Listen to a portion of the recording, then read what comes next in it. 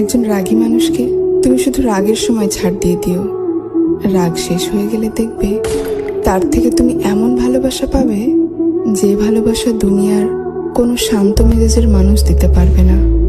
একটা কথা সব সময় মনে রেখো, অতিরিক্ত রাগী মানুষের ভালোবাসা অতিরিক্ত, তাদের অনুভূতিটা জনে জনে আসে না।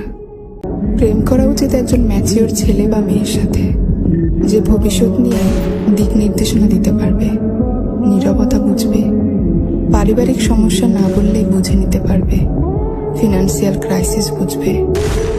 কেউ ধোকা দিলে বোঝাই যায় ধোকা দিচ্ছে, সে যতই লজিক্যাল এক্সকিউজ দিক না কেন, ধোকার একটা আলাদা স্মেল আছে যা ষষ্ঠ ইন্দ্রিয় কখনো মিস করে না। সবাই তো প্রতিষ্ঠিত মানুষই খোঁজে, তুমি আর আমি না হয় একসাথে প্রতিষ্ঠিত হব।